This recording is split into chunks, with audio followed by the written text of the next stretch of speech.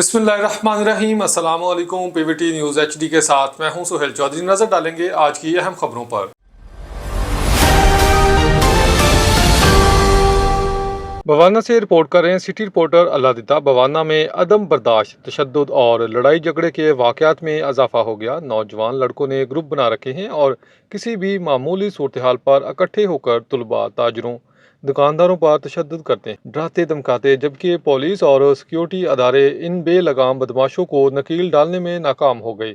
علی موسیٰ mobile shop mobile market میں 10 سے 15 افراد نے دعویٰ بول دیا، دکاندار علی محسن پر تشدد کیا، ڈرایا دھمکایا، اس کے ساتھ ہی موبائل توڑ دیے، کچھ موبائل چوری کر لیے، اس کے بعد نقدی بھی چھین لی گئی۔ علی محسن کے مطابق ملزمان میں نواز چدڑ، علی چدڑ، وارث رومانہ، خاور چدڑ، اون چدڑ، سنی اور نامعلوم افراد شامل ہیں۔ علی محسن کا کہنا تھا کہ ان لوگوں نے موبائل ٹھیک کروایا اور اسی پیسہ کے ذریعے پیمنٹ ادا کر کے کینسل کر دی، رقم مانگنے کا تقاضا کیا تو لڑائی جھگڑا مارکوٹائی پر اتر آئے۔ علی محسن نے ڈی پی او چنیوٹ عبداللہ احمد سے اپیل کی ہے کہ بااثر بدماشوں نوجوانوں کے خلاف قانونی کارروائی عمل میں لائی جائے اور انصاف فراہم کیا جائے۔